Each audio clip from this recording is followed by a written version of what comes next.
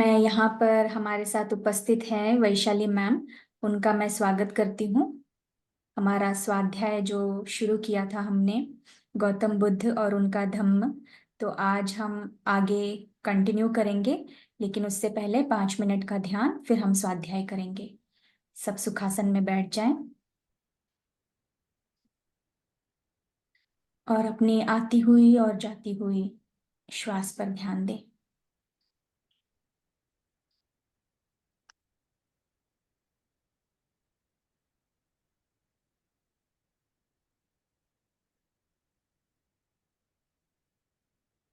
दिन भर का सारा सब काम भूल के, बातें भूल के, अभी सिर्फ 5 मिनट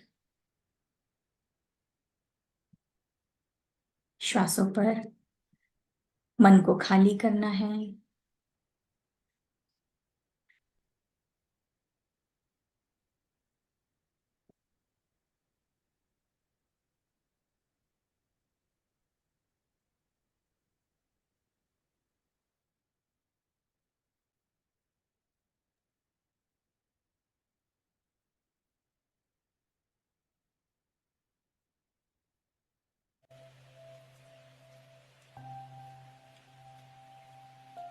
स्थिति में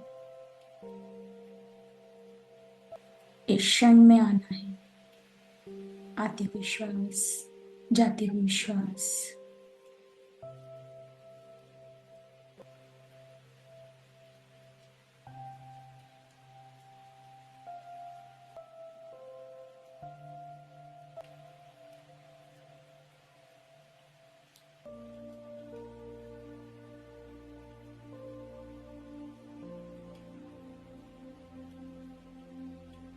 पूरी तरह से शांत होते जाना है।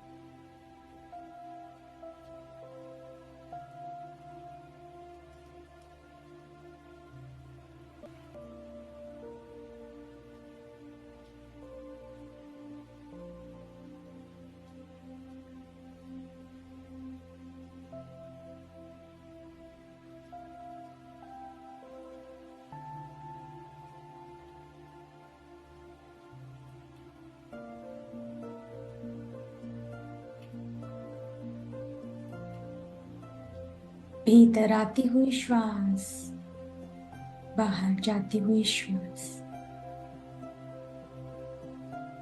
इसे श्वास रूपी गुरु के साथ एक होना है।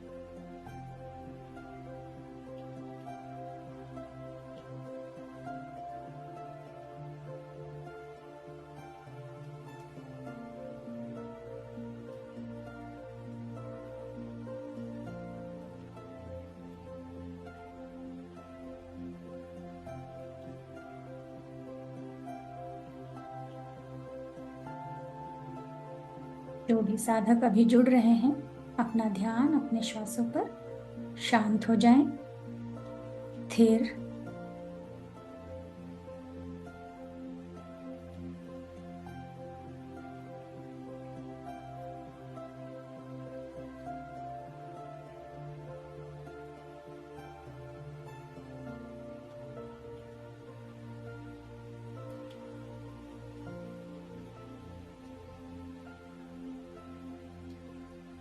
और 2 मिनट मास्टर।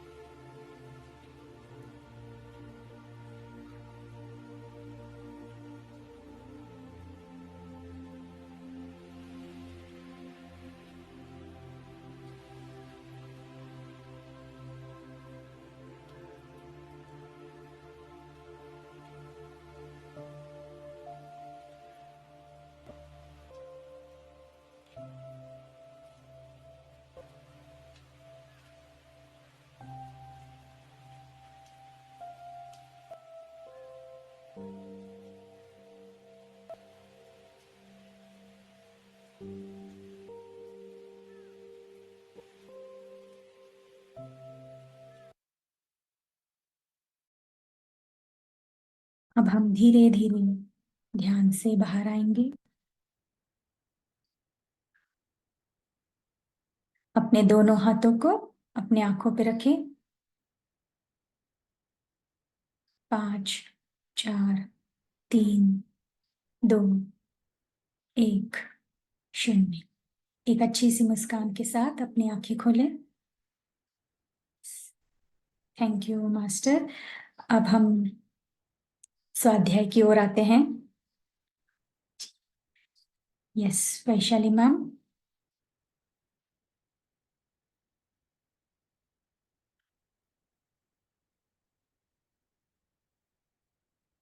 जो अनम्यूट कर लें। हाँ।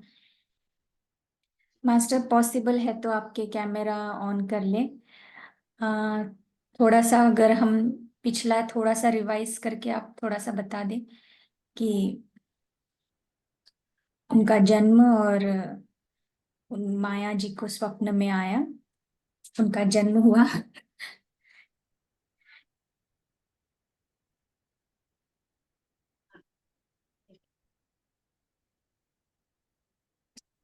तो सभी को मेरा हृदयपूर्वक आत्मवंदन।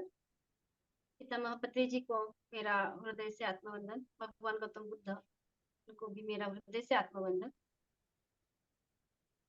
धन्यवाद करती हूँ कि आप सभी इस मंच पे आए हैं और आपने मुझे भगवान बुद्ध और उनका चरित्र आपके सामने में प्रस्तावित करने का ये मौका दिया है।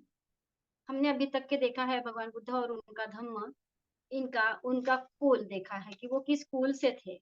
फिर उसके बाद में उनके जो पूर्वज है, तो उनके पूर्वजों के बारे में हमने जानकारी ली है।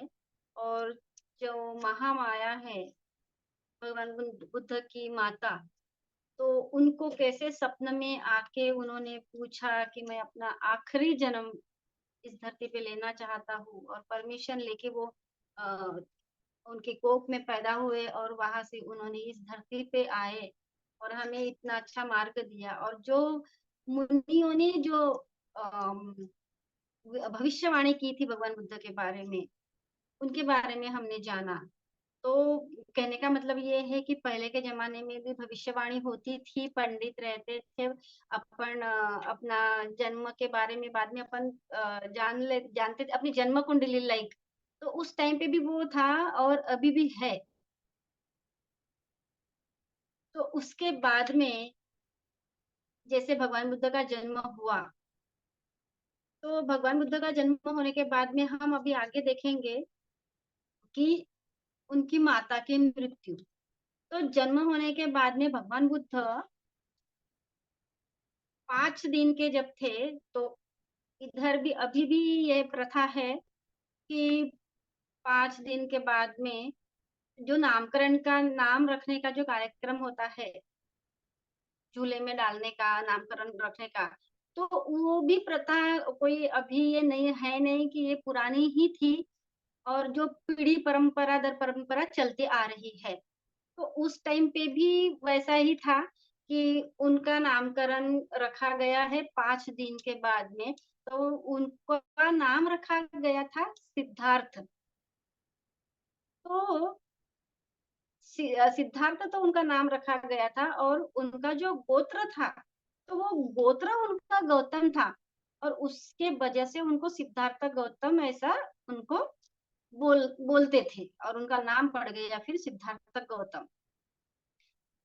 तो क्या हुआ कि सिद्धार्थ गौतम का 5 दिन के बाद में नामकरण हुआ, और उनकी जो माता है, जैसे कि हम सभी जानते हैं कि उन्हें सिद्धार्थ गौतम के नाम से हम जानते हैं, और उनका नाम सिद्धार्थ रखा गया था, और उनका गोत्र गौतम था। इसी के वजह से उनको सिद्धार्थ गौतम इस नाम से वो प्रसिद्ध हो गए थे। ये तो हम सभी को पता है और सभी जानते ही है। तो सिद्धार्थ के जन्म की जो खुशी थी और उनका जो नामकरण का जो कार्यक्रम था, वो चल ही रहा था। वो अभी तक के खत्म नहीं हुआ था, क्योंकि 5 ही तो दिन हुए थे ना उनको, उन्होंने जन्म लिया था। तो अचानक से क्या हो गया कि महामाया की तबीयत इतनी ज्यादा खराब हो गई, इतनी ज्यादा खराब हो गई कि बहुत ही ज्यादा कि वो कुछ कर नहीं सके और उन्होंने अपना बिस्तर पकड़ लिया था। तो एकदम इतना गंभीर रूप धारण कर लिया था उन्होंने कि जिनकी कोई हद नहीं है। उन्हें पता चल गया था कि वो बीमारी से वो बाहर नहीं निकल सकते हैं। नामुमकिन था उनका बचना, ऐसा उन्हें महामाया को पता चल गया था, भगवान बुद्ध के माता को। तो फिर जब उनको पता चला कि वह अब बच नहीं सकती है, तब उसने क्या किया कि शुद्धोधन को और अपनी जो अपने पति शुद्धोधन जो उनके पति थे, महामाया के मतलब भगवान बुद्ध के पिताजी और उनकी मौसी थी प्रजापति, महाप्रजापति उनको कहते थे। सिद्धार्थ गौतम की मौसी मतलब उनके मम्मी की बहन थी।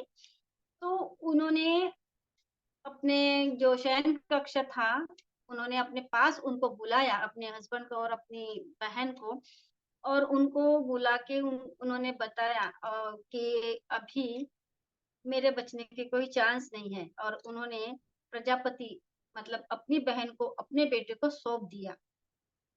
और सौंपने के बाद में उन्होंने कहा कि मेरे बच्चे के बारे में जो भी कोई भविष्यवाणी हुई, जो जब जब वो जब उनकी उनका जो वो जब वो सोए थे, उनका जो कार्यक्रम उनका जो हमने पहले देखा था कि उनके यहाँ एक बहुत बड़ा उत्सव रहता था, वो उत्सव वो मनाते थे। उसके बाद में जब वो रात को सबका खाना-वाना खा के अच्छे से स्नान-वान करके अपने शयन कक्ष में जब वो सोने गई थी, तब उनको जो सपना गिरा था और सपने में जब भगवान बुद्ध ने आके उनको कहा था कि मैं अपना आखिरी जन्म आपके कोख में लेना चाहता हूँ, क्या आप मुझे परमिशन देंगे? तो वो सपना सपने का मतलब जानने के लिए जब शुद्धोधन ने कुछ पंडित लोगों को जो बुलाया था, तब उन्होंने जो भविष्यवाणी की थी, तो उस वक़्त महामाया को वो भविष्यवाणी याद आई और उन्होंने ये कहा कि मैं जानती हूँ कि जो पंडितों ने जो भविष्यवाणी की मेरे बेटे के बारे में, तो वो सही होने वाली ही है, वो होगा ही होगा। पर मुझे इस बात का दुःख है कि मैं वो देखने के लिए नहीं रह पाऊँगी। इस बात का वो अफ़सोस करती थी और वो चाहती थी कि वो मैं देख सकूँ, पर उनकी तबीयत इस तरह से खराब हो गई थी कि उनका बचना नामुमकिन था। और प्रजापति से यह भी कहा कि मेरा बच्चा मैं तुम्हें सौंपती हूँ, और मुझे पूरा विश्वास है। उन्होंने अपना बच्चा प्रजापति के हाथ में सौंप दिया और कहा कि मुझे विश्वास है कि तुम उसके लिए माँ से भी बढ़कर रहोगी। मतलब जितनी अच्छे से सेवा मैंने अपने बेटे की रहती, उससे भी कई ज़्यादा अच्छे से तुम उसके लिए माँ से भी बढ़कर माँ बनोगी। यह कहा उन्होंने, महामाया ने अपने बहन को जब अपना बच्चा उनके हाथ में सौंप दिया था। उन्हें इस बात की तो अंत थी ही कि मेरा बेटा मातृहीन अभी थोड़ी ही देर में होने वाला है या हो रहा है। पर फिर भी वो अपने सिस्टर से कह रही थी प्रजापति से कि मुझे विश्वास है और मुझे कोई चिंता नहीं है कि मेरा बेटा भले ही मातृहीन होगा, पर फिर भी मैं निश्चिंत हूँ कि तुम उसके लिए माँ से भी बढ़कर रहोगी। और शुद्धोधन और प्रजापति ऐसा जब उन्होंने कहा और अपना बेटा जब प्रजापति के हाथ में दिया, उसी वक्त उन्होंने अपना प्राण त्याग दिया। शुद्धोधन से कहा अपना अंतिम समय आया। प्रजापति और और शुद्धोधन ये सब सुन के काफी उनको चिंता चिंता में गए थे वो। उनको बहुत चिंता लग रही थी, बहुत घबराहट सी हो गई थी, पर फिर भी उन्होंने कहा कि आप चिंता ना करें, क्योंकि उनको दिख रहा था महामाया को कि यमदूत उसको लेने आए हैं। और उन्होंने कहा शुद्धोधन से कि आप रोइए मत, आप बिना रोए शांति से मुझे मरने दे। और ऐसा कह के महाप्रजापति ने अपनी अंतिम सांस ली और महामाया की इस तरह महामाया की मृत्यु हुई। और उस वक्त महाप्रजापति और शुद्धोदन ये दोनों काफी रोने लगे। और फिर सिद्धार्थ उस टाइम जब महामाया की मृत्यु हुई थी, उस वक्त सिद्धार्थ गौतम सिर्फ और सिर्फ 7 दिन के थे। जब उनका देहांत हुआ उनके माता का, इसका मतलब वो सिर्फ 7 दिन की उनकी आयु थी। और सिद्धार्थ गौतम छोटे से बड़े कुछ चलने फिरने तक के हुए, तब वो अपने उनके जो भाई लोग भी थे, चाचा के बच्चे वगैरह, उनके साथ में खेलते कूदते हुए वो बड़े हुए। तो इस तरह से महामाया की मृत्यु हुई।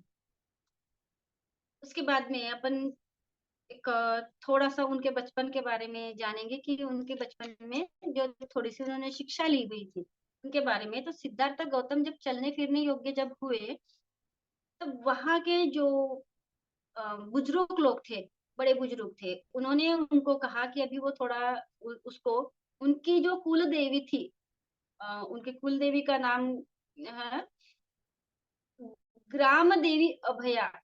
ये उनके मंदिर मंदिर था कुल देवी का, तो उनके मंदिर में लेकर जाना चाहिए, ऐसे उन्होंने शुद्धोधन से कहा।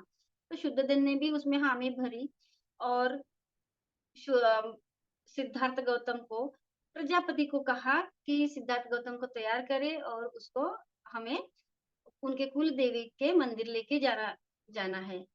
जब महाप्रजापति सिद्धार्थ गौतम को तैयार कर रही थी मंदिर ले जाने के लिए, उस वक्त उन्होंने बड़ी कोमलता से, बड़े प्यार से अपने कोमल स्वर में पूछा, मौसी मुझे कहाँ लेकर जा रहे हैं? तब उन्हें जब पता चला, उन्होंने बताया कि आपको आपके कुल देवी के मंदिर लेके जा रहे हैं, ग्राम देवी अभैया के मंदिर में लेकर जा रहे हैं। तो उन्हें मन ही मन वो मुस्कुराए, इतने छोटे होने के बाद में भी, और शांति से अपने पिता के साथ में वो मंदिर गए, मंदिर से दर्शन वगैरह करे और घर लौटे।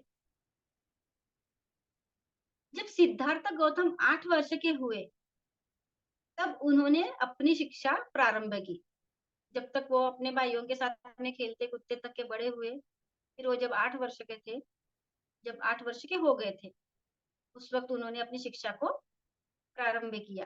तो जो ब्राह्मणों को महामाया के सपने के टाइम पे बुलाया गया था, 8 ब्राह्मणों को, उसी 8 ब्राह्मणों को शुद्धोधन ने फिर से बुलावा भेजा और फिर से उनको आमंत्रित किया, उनका मान सम्मान किया और फिर उन्हें सिद्धार्थ गौतम की पढ़ाई के बारे में पूछा। तो वही 8 ब्राह्मण उसके प्रथम आचार्य थे। उन्हीं 8 ब्राह्मणों के नीचे सिद्धार्थ गौतम ने जो भी कुछ वो 8 ब्राह्मणों को आता था, वो सभी 8 ब्राह्मणों ने वो सिद्धार्थ गौतम को बताया, पढ़ाया, लिखाया। जो भी उनको समझता था वो सभी का ज्ञान उन्होंने सिद्धार्थ गौतम को दिया। तो सबसे पहले जो गुरु है वो ही 8 ब्राह्मण सिद्धार्थ गौतम के सबसे पहले गुरु, सबसे पहले उन्हीं से उन्होंने शिक्षा ली। उसके बाद में सब्बमित्त सब्बमित्त को भी शिक्षण के निमित्त सिद्धार्थ गौतम को सब्बमित्त के पास शुद्धोधन ने सौंप दिया। तो सब्बमित्त उनके दूसरे आचार्य थे, दूसरे गुरु। और सब्बमित्त के साथ सिद्धार्थ ने उस वक्त सभी विद्या, जितनी भी सब्बमित्त को जो भी विद्या आती थी, तो वो सभी विद्या सिद्धार्थ गौतम ने ग्रहण कर ली। दर्शन शास्त्र जो भी थे उन पर अपना पूरा अधिकार कर लिया, मतलब सभी पूरे अच्छी तरह से उन्हें आत्मसात किया, सभी प्राप्त कर लिया, सभी अपने अंदर उन्होंने ग्रहण कर लिया जितनी भी शिक्षा थी उनकी। उसके बाद में इसके भी अलावा भारद्वाज भारद्वाज से एक चित्त को मतलब भारद्वाज जो एक मुनि थे, ऋषि उस टाइम के, तो उनके पास से भी उन्होंने काफी कुछ सीखा है। तो उनके पास से उन्होंने चित्त को एकाग्र कैसे करना और समाधिस्थ करने का जो मार्ग है, अपने आप को पूरा समाधि में विलीन करना, तो वो मार्ग भी उन्होंने किससे सीखा? तो वो भरद्वाज से सीखा। तो भरद्वाज ये कहाँ का था? भरद्वाज ये था आड़ा का राम का था। और उनका खुद भरद्वाज अ, भरद्वाज शीर्षक था उनका खुद का एक आड़ा का राम का। और उनका खुद का एक आश्रम था। और उनका जो खुद का आश्रम था वो कपिलवस्तु में रहता था। तो इस तरह से उन्होंने कुछ शिक्षाएं थी, जैसे ध्यान साधना वगैरह भी सीख लिया था उस अ, अपने जीवन में। तो इस तरह से अपन ने आज महामाया की मृत्यु के बारे में जाना है। और बचपन, उनका बचपन थोड़ा सा, और उनके जो शिष्य और उनकी थोड़ी सी विद्या जहाँ तक कि उन्होंने सीखा है, तो यहाँ तक कि अपन ने आज देखा है। तो मैं एक कोट कहना चाहूंगी कि life has a many different chapters, don't let one bad chapter in the book. अपने जीवन में बहुत अलग अलग तरह के अपने जीवन में चैप्टर्स है, चैप्टर्स आते हैं। बस कहने का मतलब इतना ही है कि अपना जो लाइफ का एंड करना है, तो वो किसी भी अ, अच्छे चैप्टर्स पे ही अपने लाइफ का एंड करें। बैड चैप्टर्स पे अपने लाइफ का एंड ना करें, और खुद को मोटिवेट करें। तो यही मैं कहना चाहूंगी कि अपने आप को पॉजिटिव सोचिए, थिंक पॉजिटिव, बी पॉजिटिव। और अपने लाइफ में stop talking about your problems. अपनी प्रॉब्लम्स बताना रोक दीजिए। हमें हमेशा आदत रहती है कि हम अपनी प्रॉब्लम्स लोगों को बताते रहते हैं। हमें स्टार्ट करना है आज से, start talking about your Joy. हमें जो खुशी मिलती है, हमें जो आनंद मिलता है, वो हमें बताते रहना चाहिए। ना कि हम किस चीज से नाराज है, जो चीज हमें नहीं मिली वो हमें बताना छोड़ देना है। जो है उसी में सेटिस्फाइड रहे और खुश रहे, हैप्पी रहे, जॉय रहे। Thank you very much ma'am. तो अभी हम अ, आगे ध्यान करेंगे। अभी हाफ एन आवर बाकी है अपने पास में। तो 9:30 हो चुके हैं। तो अपन 30 मिनट सभी लोग अपन ध्यान करेंगे। तो अपन ध्यान की अवस्था में आते हैं सभी लोग। अगर किसी ने पानी लेके बैठे हैं तो अच्छी बात है, पानी ले लीजिए। हमेशा ध्यान के टाइम, बैठते टाइम एक गिलास पानी का अपने पास रहिएगा, लेके रखिएगा। किसी के पास में अगर पिरामिड कैप होगी, तो अपनी अपनी पिरामिड कैप अपने सर पे डालिए, उससे एक अलग ऊर्जा अपने को मिलती है। जब हम ध्यान करते टाइम अपना पानी अपने पास रख के बैठते हैं, तो अपना पानी अपने आप चार्ज होते रहता है। और ध्यान के पहले भी थोड़ा पानी पीना चाहिए, जरूरी है। और ध्यान के बाद में भी थोड़ा पानी पीना बहुत जरूरी है। तो सभी मास्टर्स अपनी अपनी ध्यान की पोजीशन ले लीजिएगा। अगर कोई नीचे बैठना चाहते हैं तो पैर को फोल्ड करके बैठिए। और कोई सोफे पे या कुर्सी पे बैठे हैं तो अपने पैरों को इस तरह से क्रॉस करके बैठेंगे। और अपने दोनों हाथों की उंगलियां एक में ऐसे फंसा के धीरे से अपने लैप पे रखिएगा। और अपने पीठ, रीढ़ की हड्डी एकदम स्ट्रेट और सीधी रखिए। और अपनी आंखें एकदम कोमलता से धीरे से बंद कीजिएगा। अपने शरीर के 3 लॉक होते हैं। पैर को क्रॉस करके बैठना फर्स्ट लॉक। सेकंड लॉक है अपने दोनों हाथों की उंगलियों को एक में फंसा के अपने लैप पे रखने का। और थर्ड लॉक है अपनी आंखें कोमलता से बंद करने का। ये तीनों लॉक की वजह से हम शांति से ध्यान में बैठ सकते हैं। और तीनों लॉक बंद करेंगे तो हमें 100% ऊर्जा मिलती है। हम शुरुआत में 3 दीर्घ श्वास लेने वाले हैं। फर्स्ट, गहरी सांस लीजिए, जितनी गहरी ले सकते हैं उतनी गहरी। 1 सेकंड रोकना है और धीरे से अपने मुंह से उसे छोड़ना है। ऐसा 3 बार हम करेंगे। एक, धीरे से मुंह के द्वारा छोड़िए। फिर से एक बार गहरी सांस लीजिए, धीरे से मुंह के द्वारा छोड़िएगा। फिर से एक बार गहरी सांस लीजिए, जितना गहरी सांस ले सकते उतनी गहरी सांस लीजिए। धीरे से मुंह के द्वारा छोड़िए। मास्टर्स, अपना पूरा शरीर अब रिलैक्स हो चुका है। हम पूरी तरह से तनाव मुक्त हो चुके हैं। अभी हमें अपने ध्यान में विलीन होना है। हमें अपनी सांसों के साथ में एकाग्र होना है। अपने नाकों के द्वार पे पहरेदार की तरह खड़े होकर अपनी सांसों की तरफ देखिए। अपनी सांसें आ रही है, सांसें जा रही है। महसूस कीजिए हम हमारे गुरु के साथ में हैं। अब हमारी सांसें ही हमारा गुरु है। हमारे गुरु के साथ में रहने का पूरा आनंद उठाइए।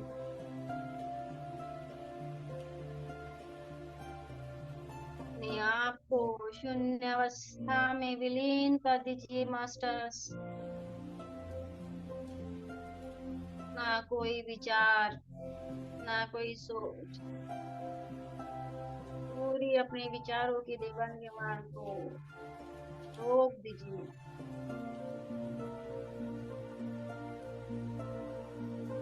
इमेजिन कीजिए हम एक बड़े से गोल्डन पिरामिड के नीचे बैठे हुए हैं और उस गोल्डन पिरामिड की ऊर्जा हमारे सहस्त्रार चक्र से हमारे शरीर के पूरे कण कण में, हर एक पार्ट में प्रवाहित होते जा रहे हैं और हमारे शरीर के पूरे ऑर्गन्स विकार मुक्त कर रहे हैं। पूरा शरीर शुद्ध और पवित्र होते जा रहा है।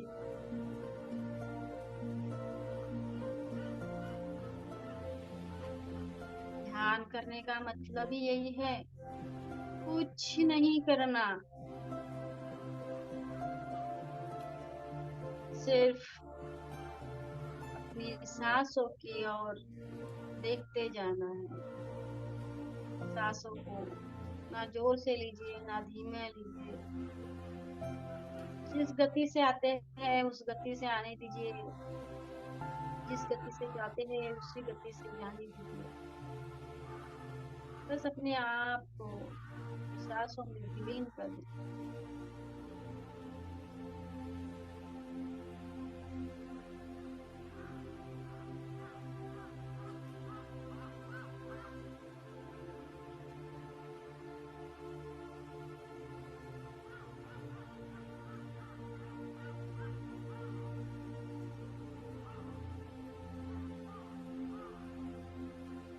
हमारी एक एक सांस पे हमारा पूरा ध्यान रहना चाहिए। एक भी सांस हमसे छूटनी नहीं चाहिए। हमारे चेहरे पे स्मित हास्य रखिएगा। अपने आप को अंदर से खुश महसूस कीजिए। अपने शरीर से प्यार कीजिए। सभी तनाव से मुक्त हो जाइए। माफ कर दीजिए उनको जिन्होंने कभी आपका दिल दुखाया है, जिनके वजह से कभी आपको तकलीफ हुई है।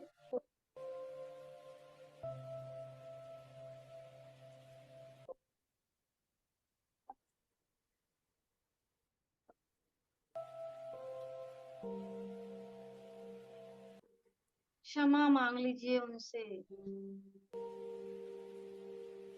जिनका कभी आपने दिल दुखाया है। कभी आपके वजह से भी किसी का दिल दुखा होगा। जाने अनजाने में, जानबूझकर कभी कोई कुछ नहीं करता। जाने अनजाने में अगर हमसे भी कभी किसी का दिल दुखाया तो माफी मांग लीजिए। क्षमा में बहुत ताकत होती है। धन्यवाद कर दीजिए उस उन सभी चीजों का जो तुम्हारे पास है।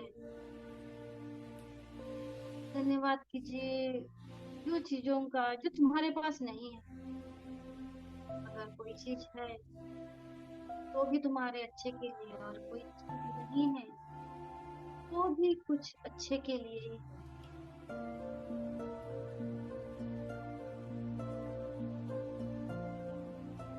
ये शरीर के हर एक पार्ट का धन्यवाद कीजिए मास्टर्स।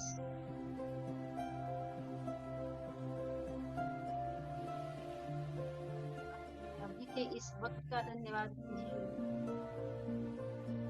अपने आप को ध्यान के माध्यम में शून्यता अवस्था में जाने के लिए धन्यवाद कीजिए। एकाग्रता के पातड़ी आने के लिए धन्यवाद कीजिए।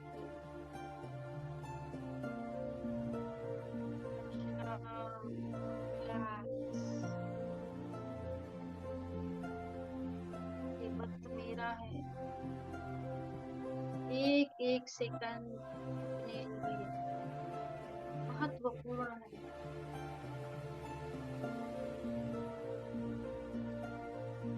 एक मिनट का ध्यान भी हमारे लिए बहुत कुछ हमें दे के जा सकता है।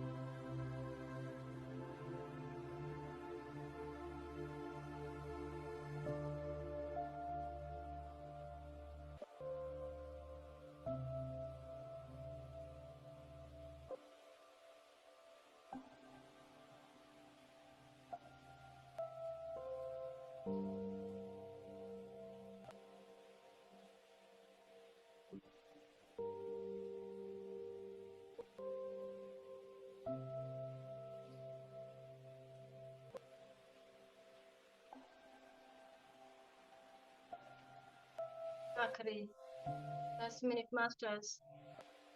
अपना पूरा ध्यान अपनी सांसों की ओर लगाइए।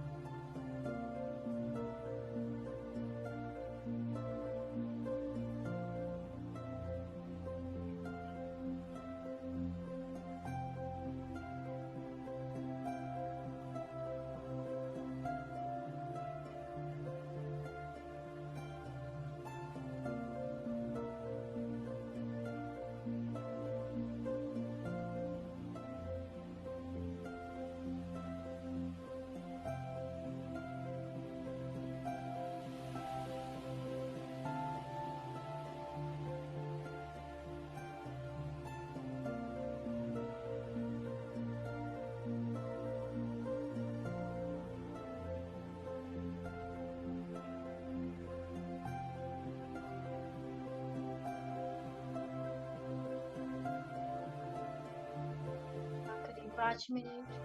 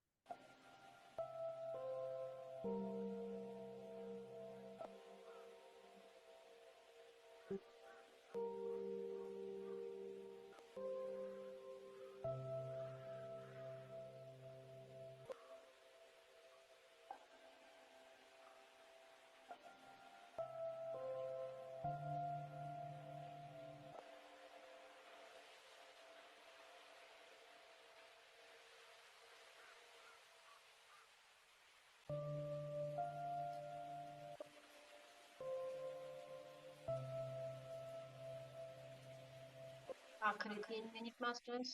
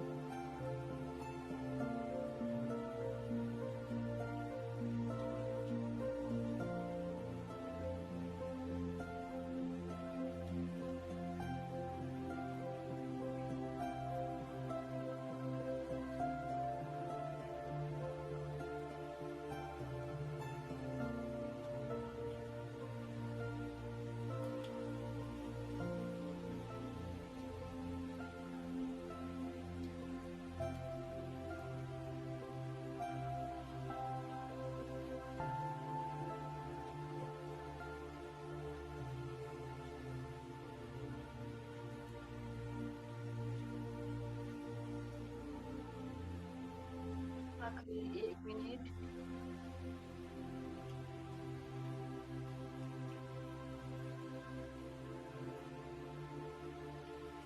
Last 30 second.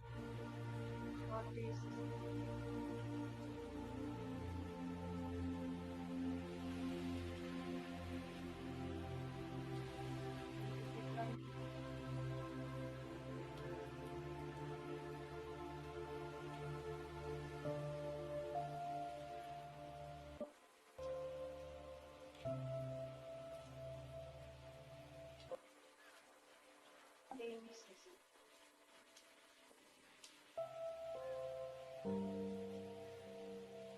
आखिरी 5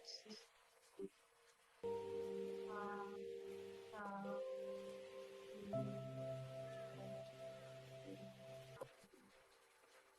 अपने आप को ध्यान से बाहर लाना।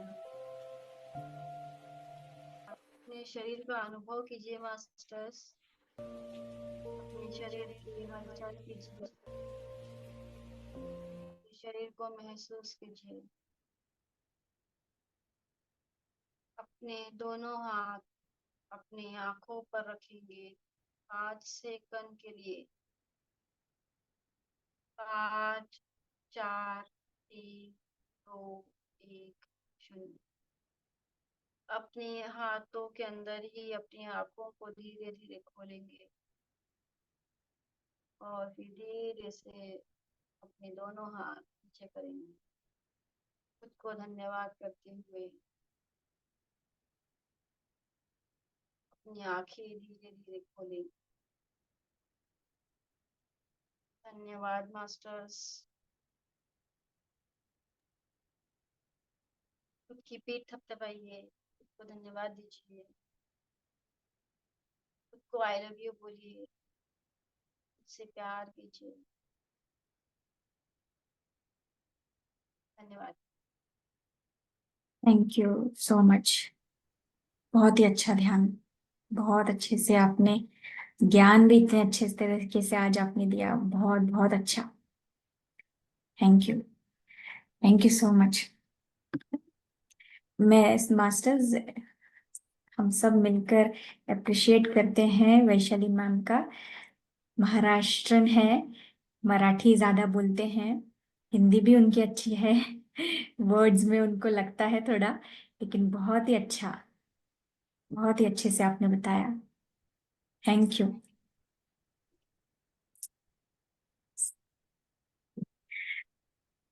मास्टर कोई अनुभव शेयर करना चाहता है तो कर सकते हैं। पहले मैं ही बता देती हूँ, मुझे तो बहुत अच्छा एनर्जी फील हुआ, फ्लो भी मुझे पता चल रहा था एनर्जी का, जैसे जैसे नीचे उतरते जा रहा है, तो फ्लो भी मुझे फील हुआ है। Thank you. Thank you. जो रहता ना शॉवर, मतलब जैसे आपने फ्लो का बताया खुद का, इसलिए मैं बताती हूँ। जब हम सनराइज के पहले भी मैंने किया हुआ है, तो वहाँ वो एनर्जी हाई लेवल की इतनी होती है कि अपने शरीर के जो विकार है ना पूरे निकलते जाते हैं। तो ऐसा फील होना चाहिए कि हम शॉवर के नीचे खड़े हैं और पूरा ऐसे बह रहा है करके। तो वो आपका मतलब जो भी है वो निकल रहा था बाहर, और एनर्जी लेवल आपके स्ट्रांग हो रही थी, तो काफी अच्छा मतलब हुआ। यस।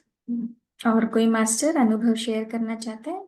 अनुभव शेयर करेंगे, सब एक दूसरे का अनुभव सुनना है। तभी तो हम आगे कुछ जो कर भी फील पाएंगे। हुआ, जैसा फील हुआ, क्या फील हुआ, अच्छा वो सब बुरा, शेयर कर सकते, हाँ। अगर कुछ नहीं भी फील हुआ तो भी शेयर करना जरूरी है, क्योंकि जब तक हम ओपन नहीं होंगे ना, तब तक हम एक दूसरे से कनेक्ट नहीं हो पाएंगे।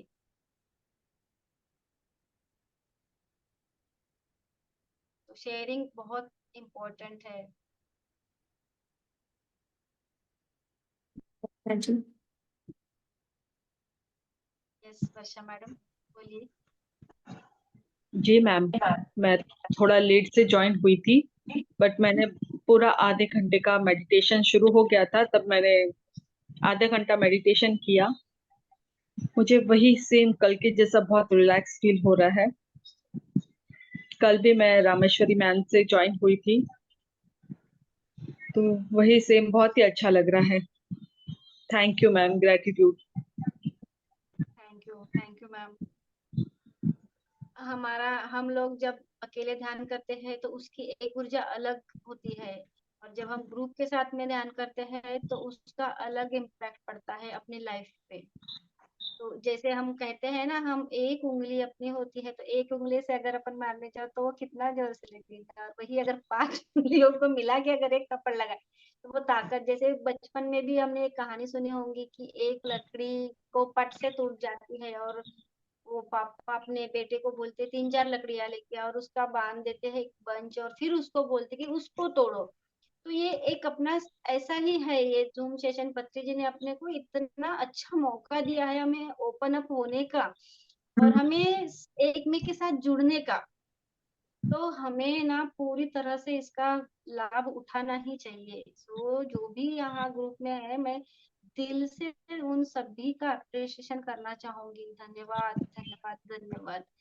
हमारा कनेक्शन कहीं ना कहीं है, तभी हम एक एक के साथ में हैं।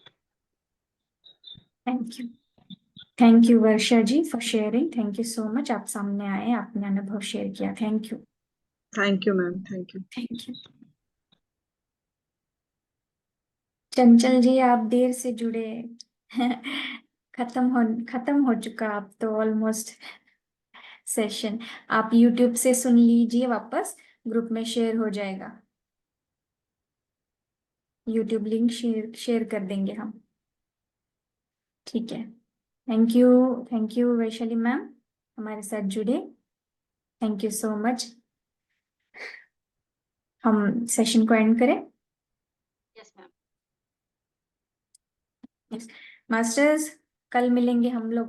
Bye bye, good night. अभी भी ध्यान कर रहे हैं तो ध्यान करके फिर सो जाइए। Bye bye.